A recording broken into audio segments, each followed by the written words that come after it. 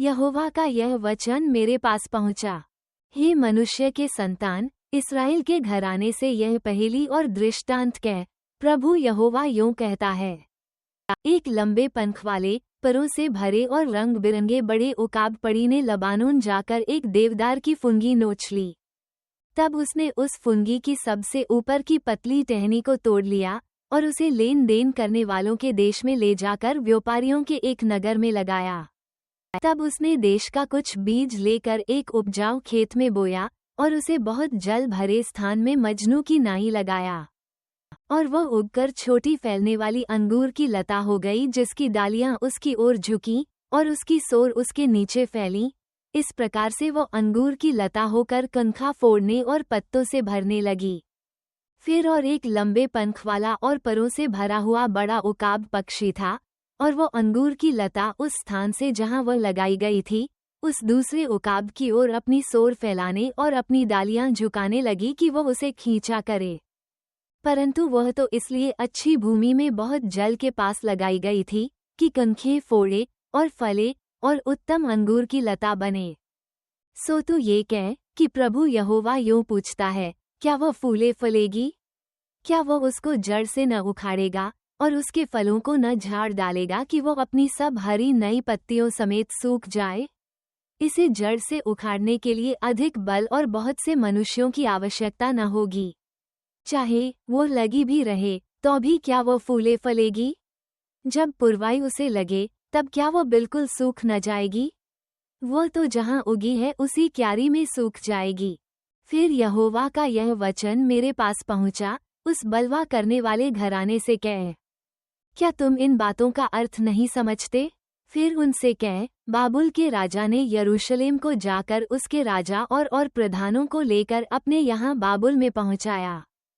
तब राजवंश में से एक पुरुष को लेकर उससे वाचा बांधी और उसको वश में रहने की शपथ खिलाई और देश के सामथी पुरुषों को ले गया कि वह राज्य निर्बल रहे और सिर न उठा सके, वरन वाचा पालने से स्थिर रहे। तो भी इसने घोड़े और बड़ी सेना मांगने को अपने दूत मिस्र में भेजकर उससे बलवा किया। क्या वह फूले फलेगा? क्या ऐसे कामों का करने वाला बचेगा?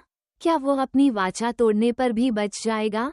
प्रभु यहोवा यूं कहता है, मेरे जीवन की सौगंध, जिस राजा की खिलाई हुई शपथ उसने तुच्छ जानी और जिसकी वाचा उसने तोड़ी, उसके यहाँ जिसने उसे राजा बनाया था, अर्थात बाबुल में ही वो उसके पास ही मर जाएगा। और जब वे बहुत से प्राणियों को नाश करने के लिए दमदमा बांधे और गढ़ बनाए, तब फिरौन अपनी बड़ी सेना और बहुतों की मंडली रहते भी युद्ध में उसकी सहायता न करेगा, क्योंकि उसने शपथ को तुच्छ जाना और वाचा को तोड़ा। देखो, उसने वचन देने पर भी ऐसे ऐसे काम किए हैं, सो वह बचने न पाएगा। प्रभु यहोवा यूं कहता है कि मेरे जीवन की सौगंध, उसने मेरी शपथ तुच्छ जानी और मेरी वाचा तोड़ी है। ये पाप मैं उसी के सिर पर डालूंगा और मैं अपना जाल उस पर फैलाऊंगा और वह मेरे फंदे में फंसेगा, और मैं उसको बाबुल में पहुंचाकर उस विश्वासघात का मुकद्दमा उससे लड़ूंगा जो उसने मुझसे किया है। और उसके सब दलों में से जितने भागे वे सब तलवार से मारे जाएंगे, और जो रह जाएं सो चारों दिशाओं में तितर बितर हो जाएंगे। तब तुम लोग जान लोगे कि मुझ यहोवा ही ने ऐसा कहा है।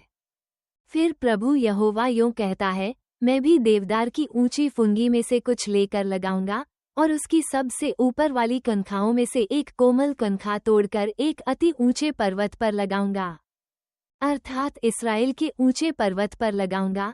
सो वह डालियां फोड़कर बलवंत और उत्तम देवदार बन जाएगा, और उसके नीचे अर्थात उसकी डालियों की छाया में भांति भांति के सब पक्षी बसेरा करेंगे।